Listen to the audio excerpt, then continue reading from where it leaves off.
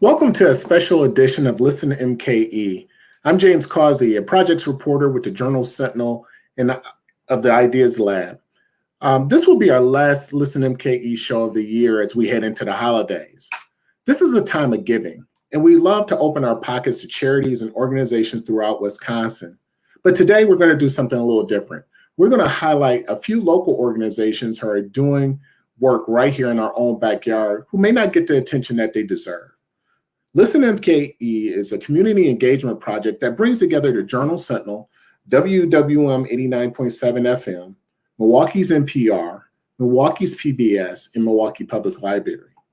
Before I introduce our panel today, I just want to give you a couple of tips before you donate to any organization. First, do your research to make sure on the group that you're supporting. Remember that every little bit counts. And when you can, consider volunteering when you can. That way you get to learn a little bit more about the organization. And if you can't support financially, find out what an organization needs or what the individual needs are.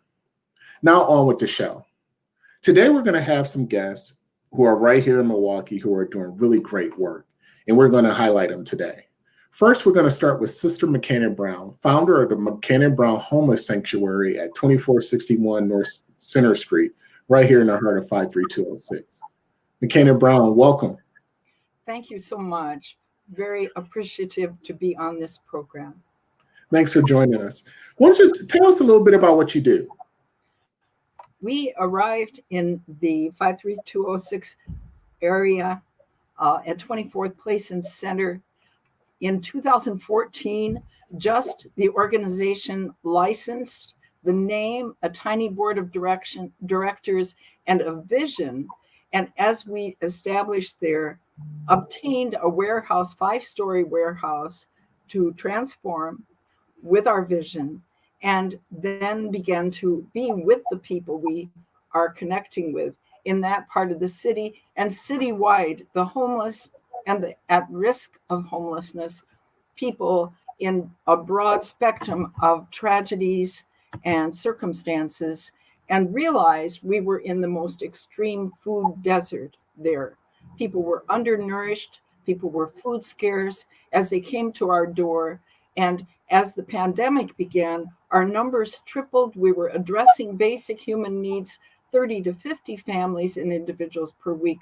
But then it became 100 to 150 each time. And now we're serving on a regular basis 200 households and individuals per week, people willing to stand in the cold, in the rain, in the snow for more than an hour, waiting for their number to be called.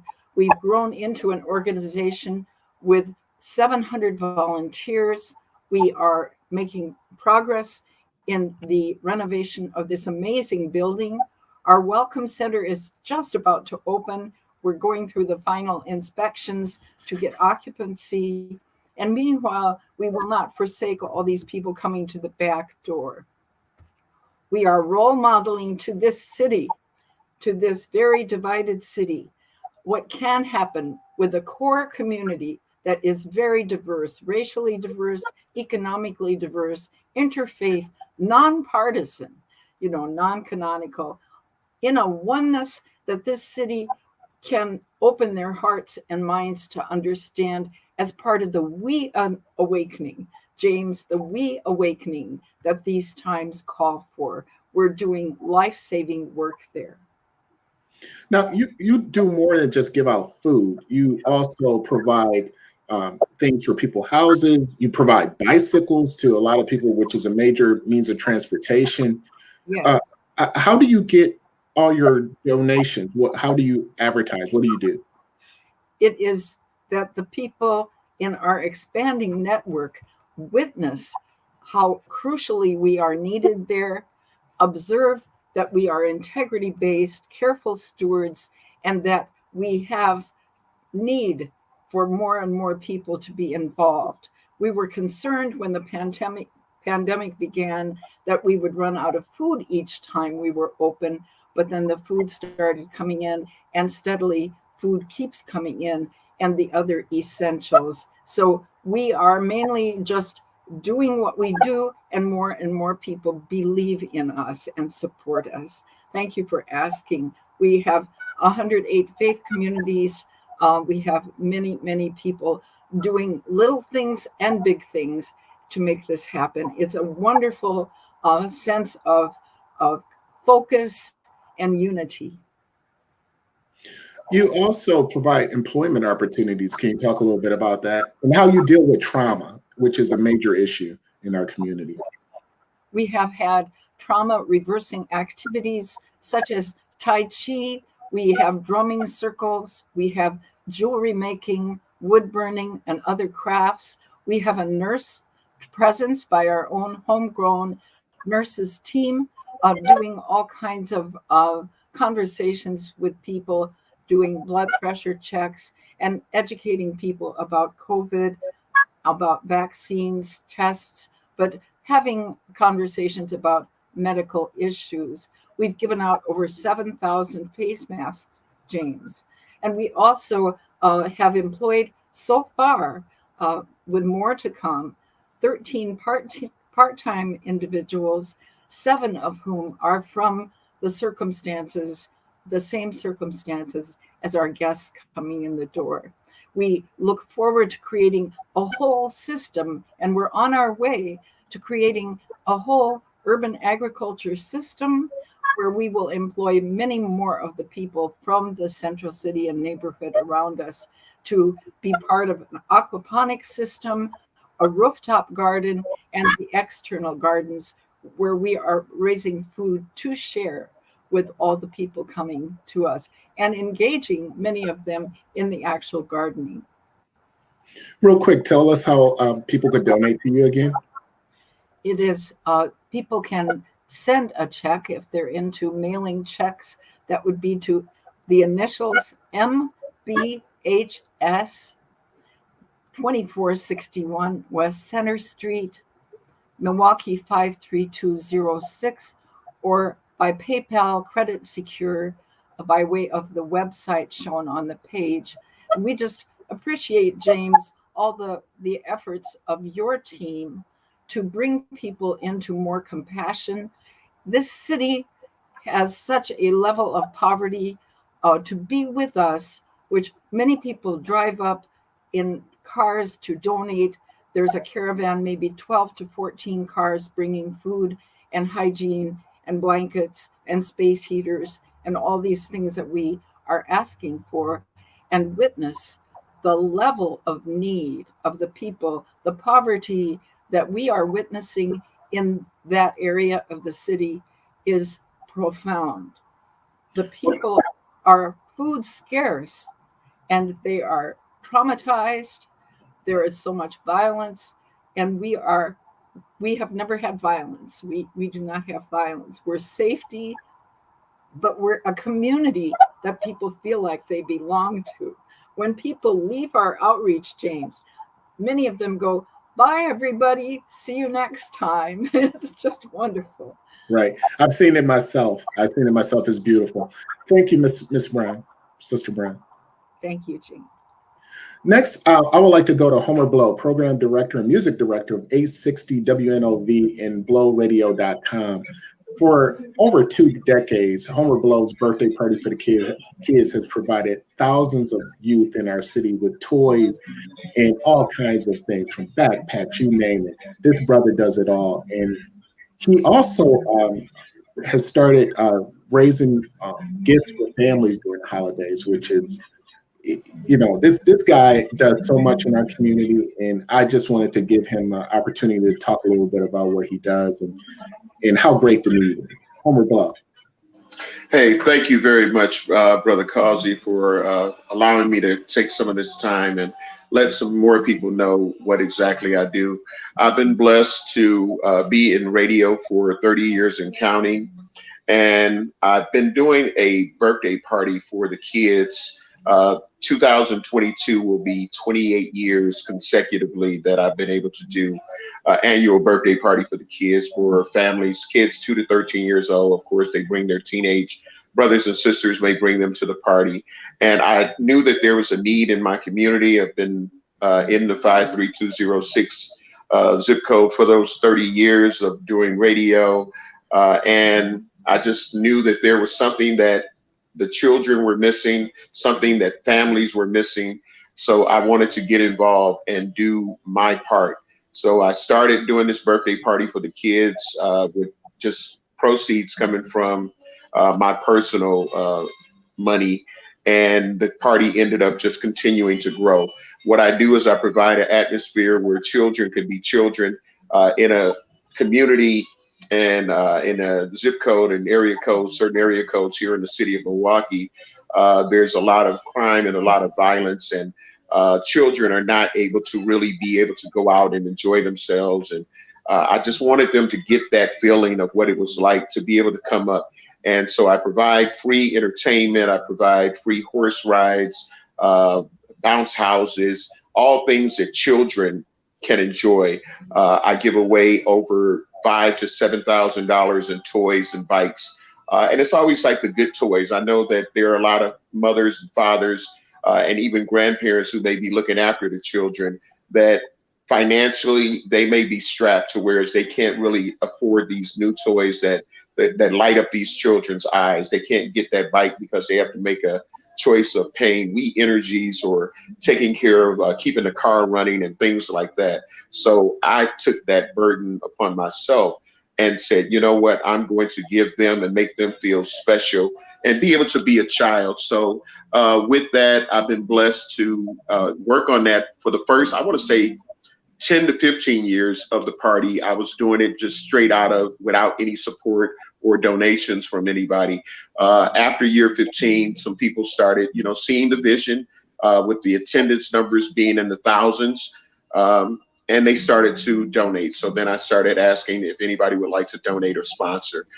So I've never been blessed to have like some big corporate sponsors to help me sponsor the birthday party for the kids and the other things that I do.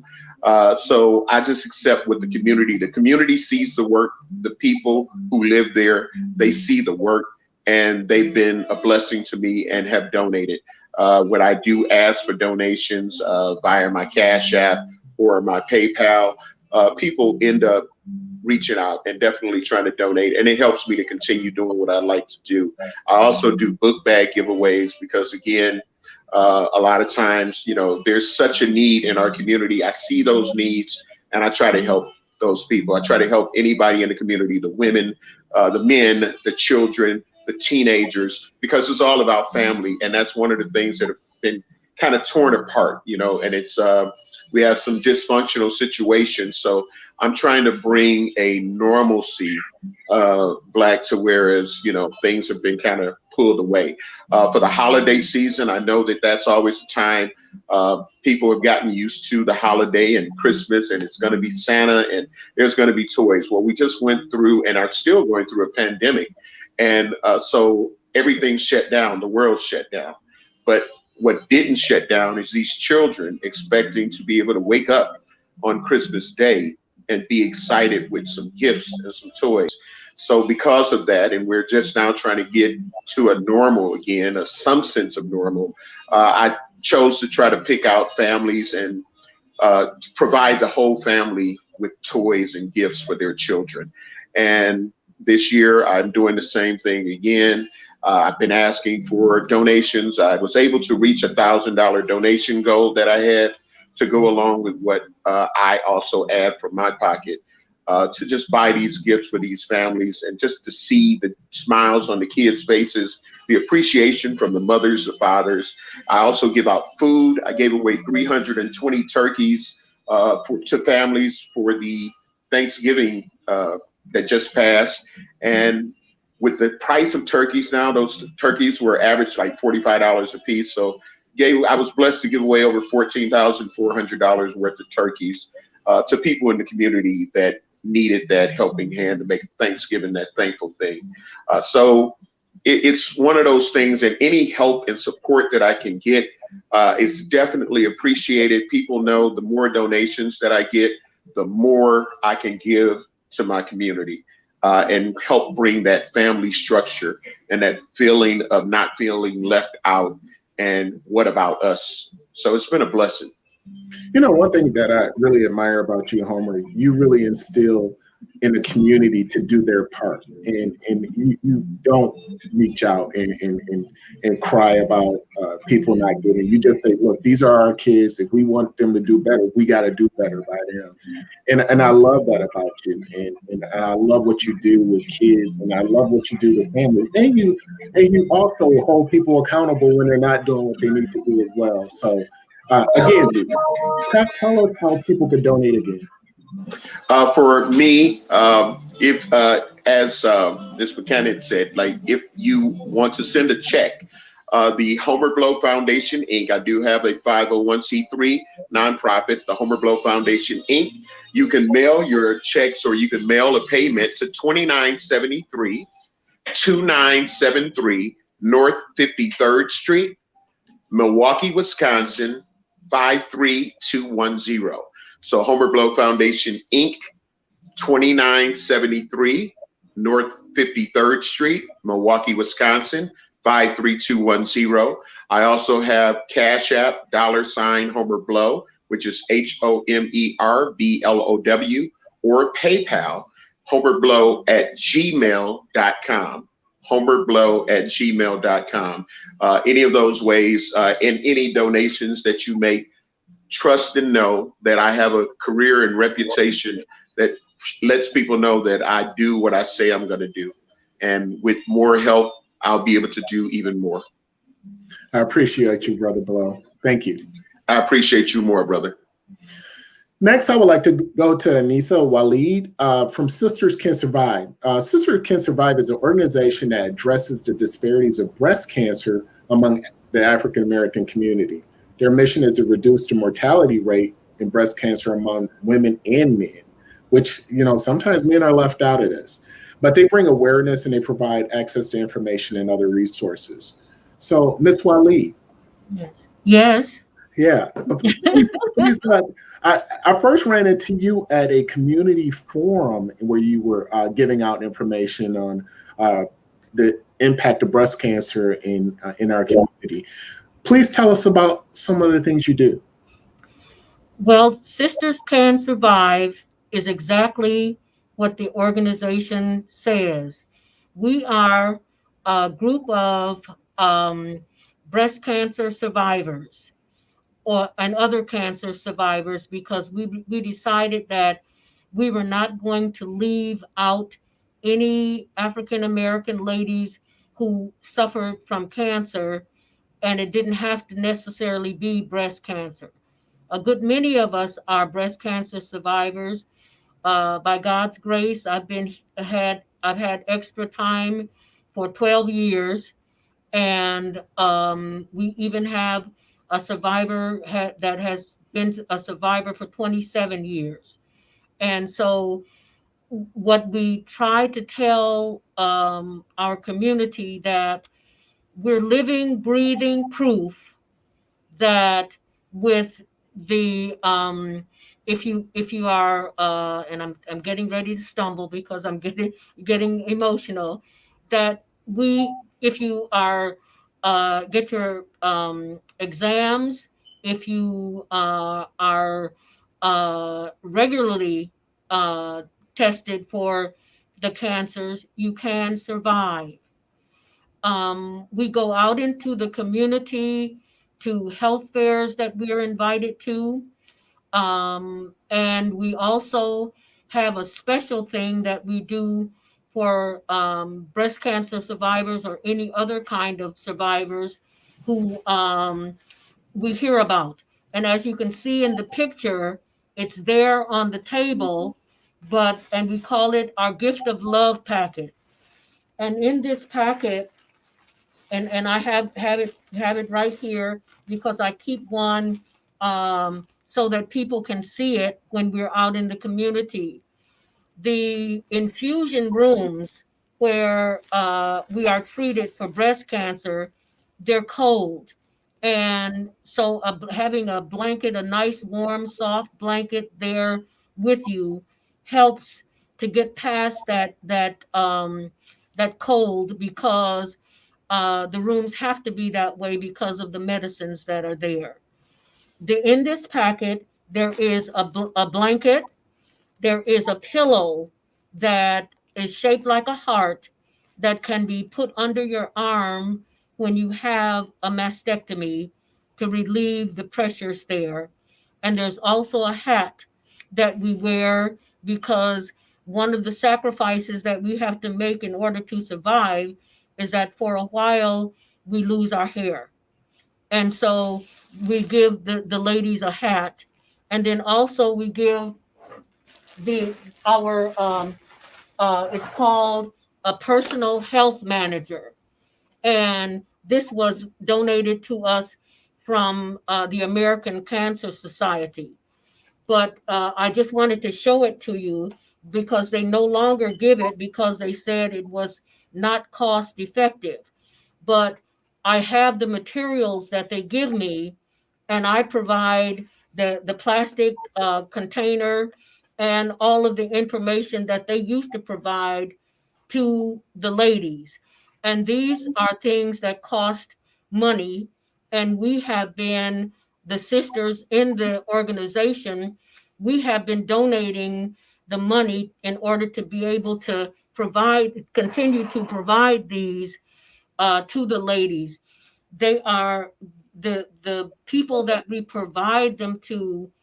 They are so touched that someone is thinking about them that they don't even know to help them go through what we have been going through. Um, we call it we've joined a club that nobody wants to join, and so that we want the ladies to feel comfortable. We think when I talked myself into making the gift of love packet, it's handmade, and from the hat to the pillow, it's handmade. So that's even more of a surprise and a pleasure to ladies because somebody took time to make this for me. When I met you, I had just found out that men don't get breast cancer as much as women do, but men die more from breast cancer than women do. Mhm. And it's because usually it's caught at a later stage, and that's why the survival rate is poor. This summer, I was at a another street festival, like you saw me, and this man came up to me, and I asked him, did he know about men and breast cancer? And he said no, he didn't. And James, he pressed his shirt against his chest, and I could see the lump that was on his chest. And I told him, you need to go and have that checked out as soon as you possibly can. So these kinds of things come to us when our community doesn't know what is going on. But the main thing is our name says that you can survive. We were a part of two other organizations before we had to change 2 years ago. And when we were thinking about what can we use for a name, and I was driving along and the thought came to me, well, what are we saying to to the people when we're standing there in our group? We're saying to them, you can survive. And so that's how we picked Sisters Can Survive. Well, thank you. Can you tell briefly how people can donate to your organization, your Cash App, and other ways they could donate? Well, I see on the screen that you have the post office box there, P.O. Box 07274, Milwaukee, Wisconsin 53224. Checks can be sent there, but we also have Cash App, and the Cash App is $ Sisters Can Survive. Thank you. Thank you. But also, there's a picture of us there. Do you see the picture? Yes. Okay. All right. And then there's also this picture that we have. And it says on our card, it says, we are living, breathing proof that when you are informed and have access to early diagnosis and treatment, you can survive.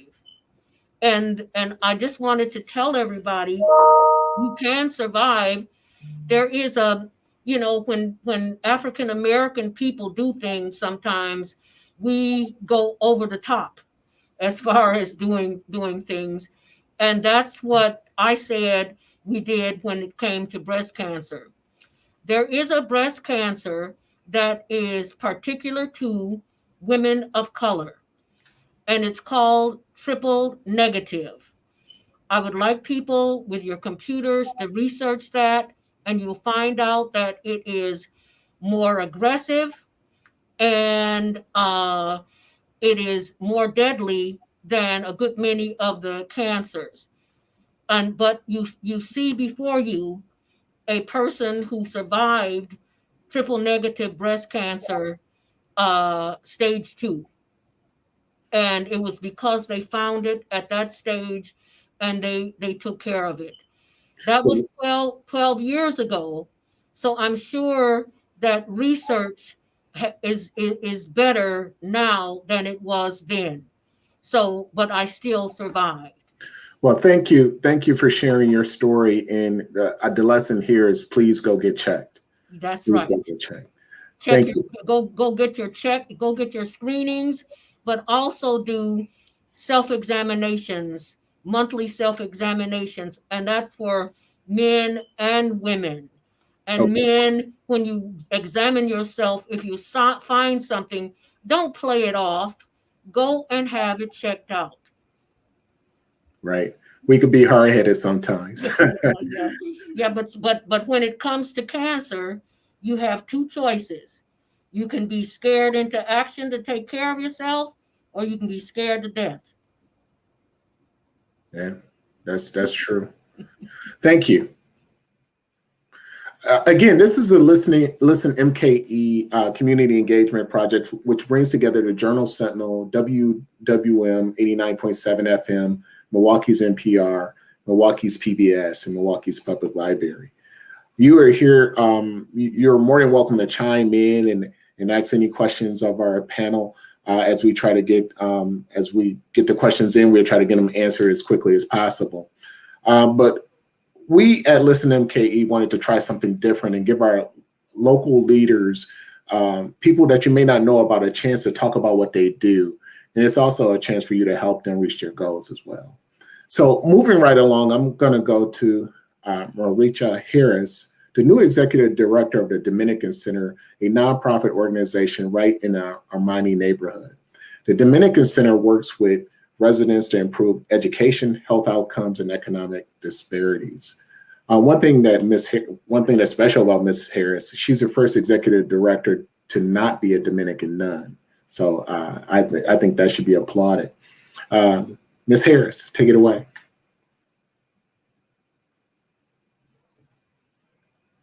I think you're muted.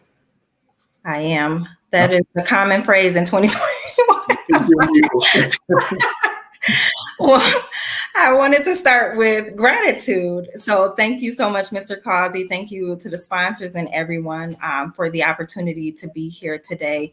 I'm just deeply grateful to have this opportunity alongside some amazing leaders. If you don't mind, James, I want to take us all on an imaginary trip. Sure. So please join me and take a ride. 8,369 residents, of which 92.1% are African American. The median income is $19,636. Amani, it means peace in Swahili, and that's exactly where we are right now. The stats you heard describe the Amani neighborhood, which is located in the heart of 53206. Mr. Kazi, you mentioned Dominican nuns. So we are the Dominican Center, and we are named after Sinsinagua Dominicans. Our role at the Dominican Center is to serve as the anchor organization in the neighborhood. The Amani neighborhood spans 130 blocks. Our boundaries are from 20th Street to 30th Street and from North Avenue to Keith Avenue. We were founded in 1995 because the Sinsinagua Dominicans wanted to listen and learn about the women who lived in this community. And when they listened, what they learned was that there was a need for adult literacy services. At that time, the women wanted to learn how to read so that they can read the Bible to their children and so that they could read and write grocery store lists. So we began our journey with a focus on adult education programming. Over the years, we've evolved in what we do, but one thing that remains the same is our approach, which is really centered on resident engagement and resident leadership. You see, we believe that residents know best what they need to improve their lives and their community. And so with that in mind, what we do is we build and support resident leadership in the Amani neighborhood. We work very closely with Amani United, which is the neighborhood association that's really driving the changes in this role. And so we in this neighborhood, So we at Dominican Center, we act as a convener. And so what we do is we bring residents and stakeholders from across the city together in order to create positive changes. I think it's been said a number of times on this panel, so many people are familiar with the alarming data and the narrative about the 53206 zip code. But I'm here to tell you that just as the reference A Tale of Two Cities goes, the stories that paint that picture of poverty and unemployment, incarceration, those stories can be juxtaposed with stories that really demonstrate the power of collaboration to transform communities. So for example, I'm talking about efforts that are currently underway to revitalize the housing stock in the Amani neighborhoods and also to train residents in the construction trades. Amani is a neighborhood that's 70% rental. And so we're working together with residents and with partners to improve the quality and affordable housing so that we can increase homeownership among low to moderate income residents. And so residents have worked alongside several partners to develop a block by block initiative. We've been in the pilot phase, but we've been able to work with our partners to get more than 30 residents trained in the construction trades. And it's the residents who are repairing and renovating the homes here in this community while they learn the trades. At the end of the training, the goal is employment. So when you talk about examples of transformation, that's truly transformative. So I'm excited to share that we're wrapping up the pilot block, which is on 26th and Locust, and we're working to scale that program. So we're one block down and we have 129 more blocks to go. But one of the things that we do really well is we bring people together. We form partnerships and collaboratives so that we can improve the community, because that's truly where the power of change comes from, is through the power of collaboration. And that's why I'm excited to be here today. We've definitely done some amazing work along some amazing partners and alongside amazing residents, but we're not done yet. There's so much more that needs to be done. We do still have to drive down unemployment. We do still have to reduce incarceration rates. But at the same time, it's important that we're also increasing positive factors that really make communities thrive, like improving education and health outcomes. And that's work, like this work is not something we can do alone. It takes all of us working together to really realize the changes that we want to see. So our hope is that everyone, no matter where you live, no matter where you work or play, you can see yourselves as part of this work that's happening in the Amani neighborhood. Because it's truly with support from kind and loving and generous people that is how we're able to continue working towards our mission. And so I just want to say again, on behalf of the 8,369 residents that we serve, thank you so much for the opportunity to be here today. We do have an active donation link on our website, which is has been on the screen. It's Dominican-center.org. And then we also accept checks as well. Those can be mailed to 2470 West Locust Street. And again, the zip code is 53206. So thank you. Thank you so much. Thank you. Wonderful. What you're doing in the Amani neighborhood is absolutely fantastic and transformative. I mean, not only are you getting people to work, you're teaching them a skill and a trade that they could use for future work and things like that, because jobs have been so hard to come by for a lot of people who may need a second and third chance. So thank you for the work that you're doing. Thank you. Thank you so much. Next, I would like to bring up Ms. Tina Nixon, Executive Director of My Sister's Keeper.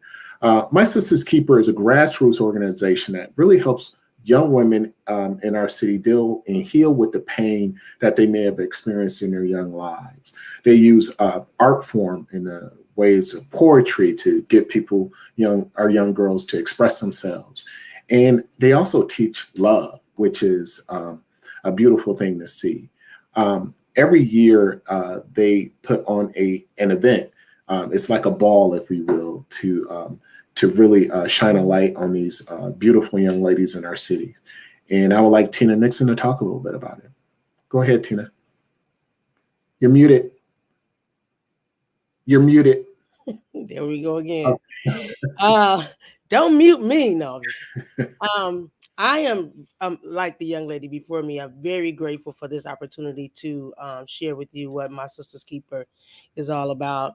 I have a partner by the name of Shelly Connolly, who is not with me today, but could not run this organization without her.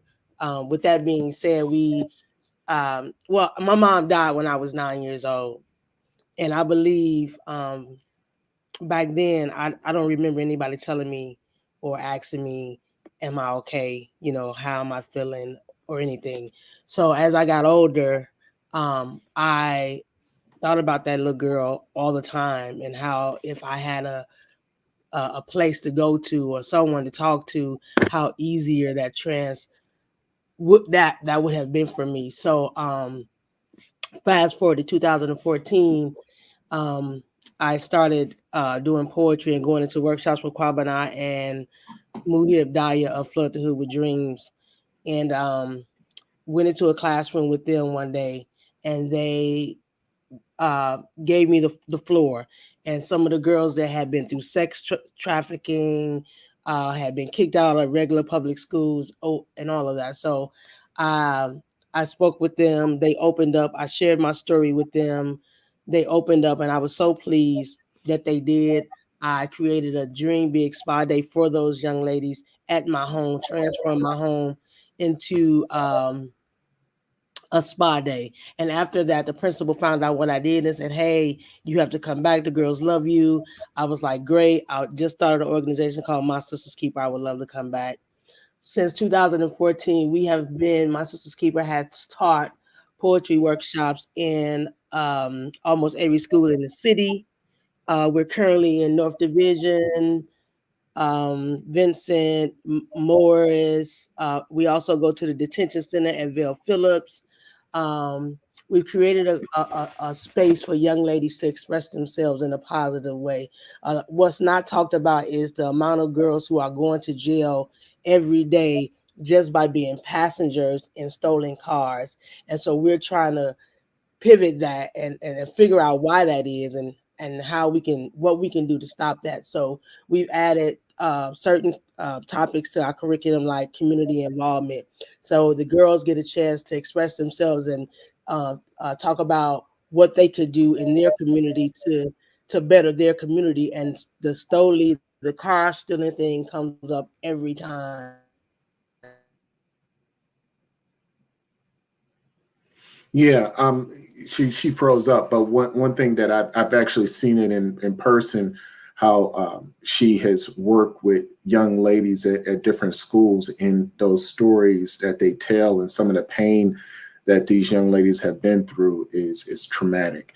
And what they do is they teach them to talk about that pain, because through My Sister's Keeper, the way that they learn, or the way that they heal, is about talking about it and not hiding it.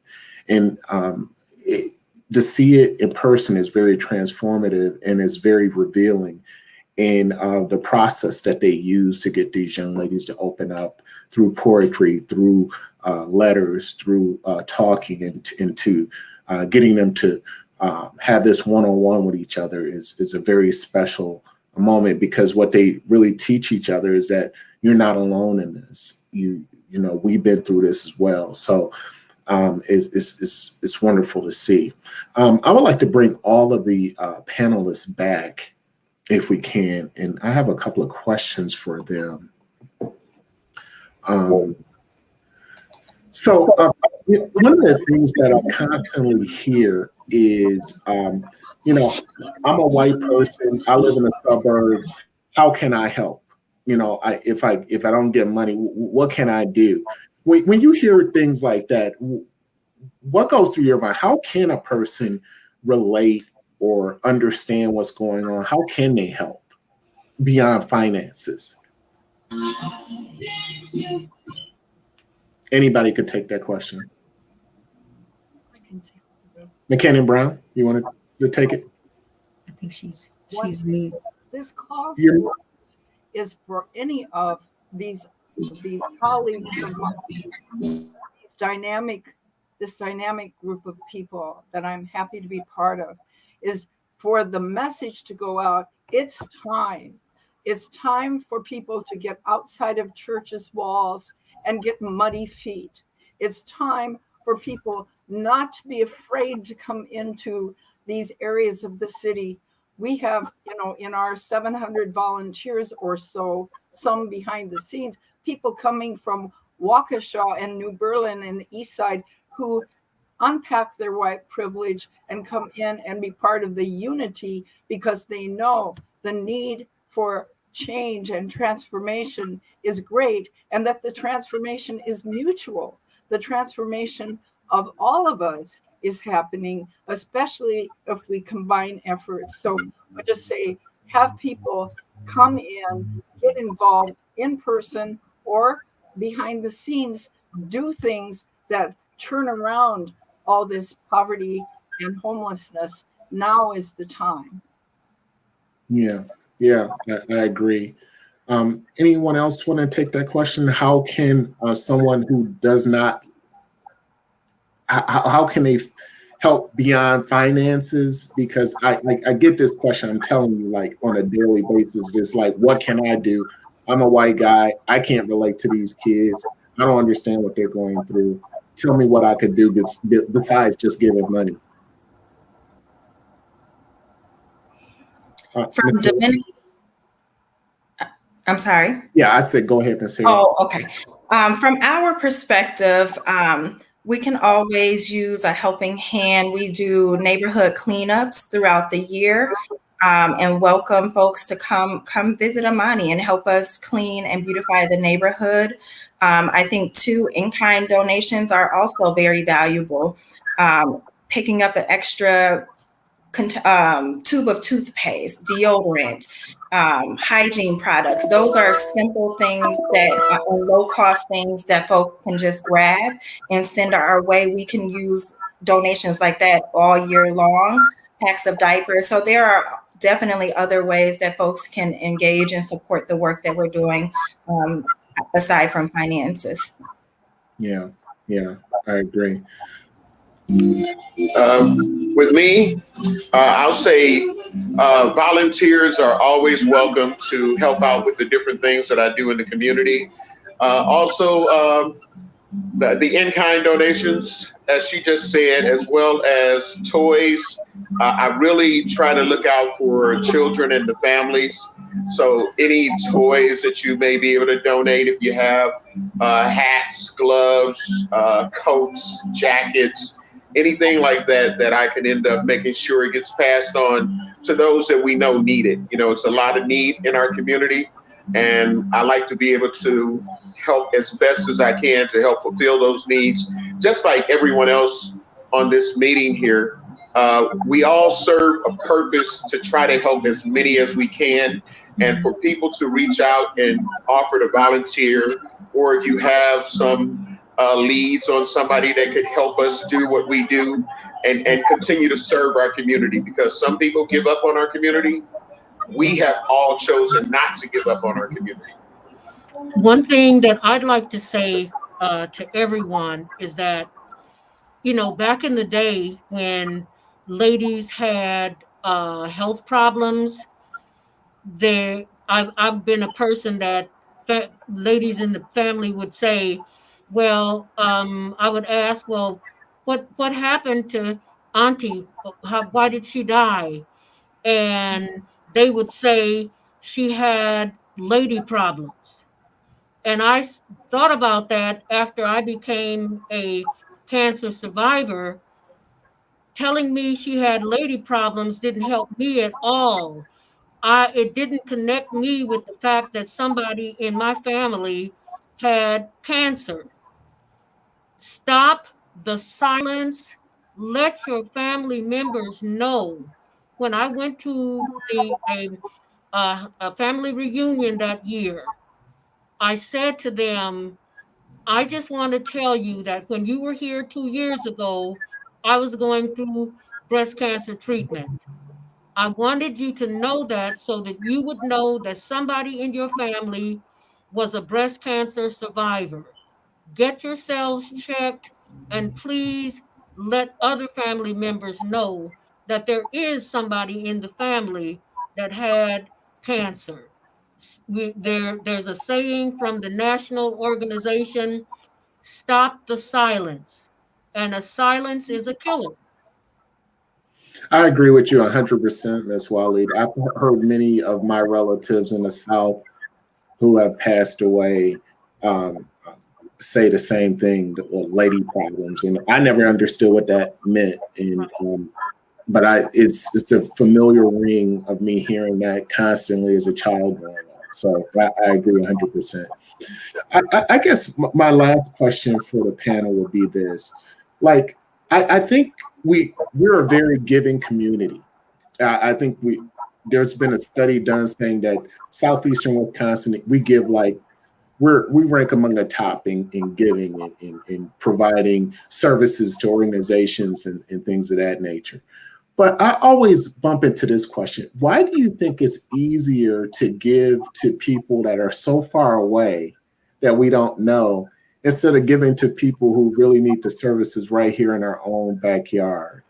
Do you understand the question? What I mean? Like, if we hear about a tragedy somewhere else, I mean, we send people go volunteer and help. It could be out of state. It could be 500-600 miles away, and we go help. But there's a great need right here, and sometimes it seems like there's a disconnect. Why do you think that occurs? Well, I think part of it is the media coverage that they get. You know, we suffer in silence. Nobody knows that if you gave $20-$30, that would that would compensate for a gift of love packet. Things have changed during the pandemic, and the agencies that used to give us the information, we have to get less and we have to pay for it. So those are the things that we need to understand. Everybody needs help, and a lot of people need to see people helping, you know. Yeah, I agree. Ms. Brown. I appreciate so much the heart and the skills behind these questions and behind this program. This program is a clarion call. The people who do not think of what they can do for Milwaukee, especially the most hurting areas of Milwaukee, are in denial. They are not allowing themselves to be in touch with how extreme the need is here. We need people to be in a response to this. When all the factories closed in this part of the city where we're established, there was no effort to restore economic health. The resources were removed, the retail presence was removed, and we have all these people crowded together who have such a lack of resources. It's a clarion call for people to open their hearts and to realize this is not a partisan issue. Compassion is not a partisan issue. It is a human issue, and we have it happening right here in Milwaukee. Please help get the word out. Yes. Ms. Harris.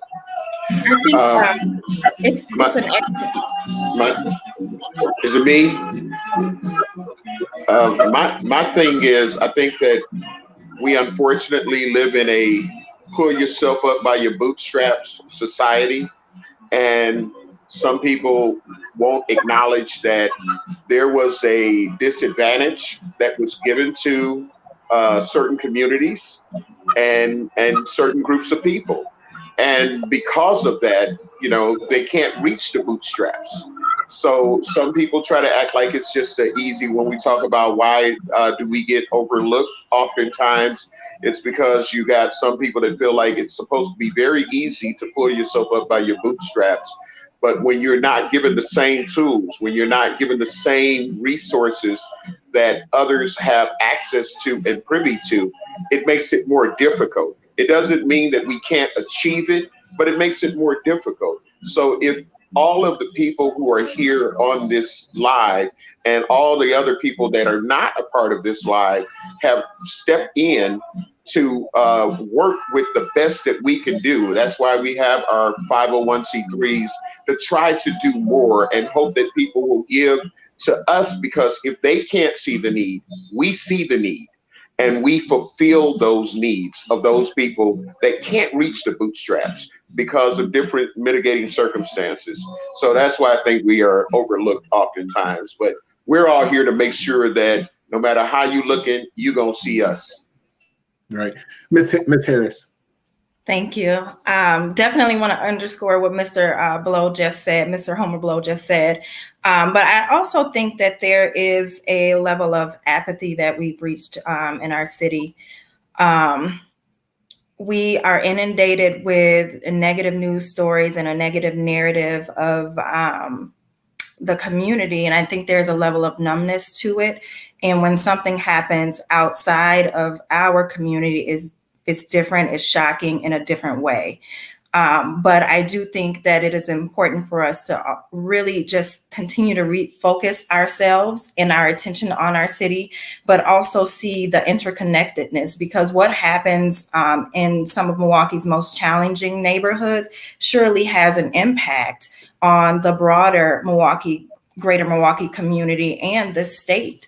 And so when we see ourselves, that's why I think it's so important that everyone can try to see themselves as part of all this work that's happening in our community, because we're all interconnected anyway, and it's all going to impact us. So we can either be part of the solution or we can feel the impacts of the challenges.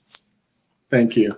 Well, I think this brings us to a close. I just want to tell people and anybody out there listening, and this will be shared, so we will share this information, to please give, if not to these organizations, to please open your heart and get involved.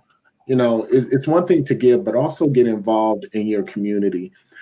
These young people, these organizations have been vetted. So we know what the work that they do. We've written stories on them. We talked about them.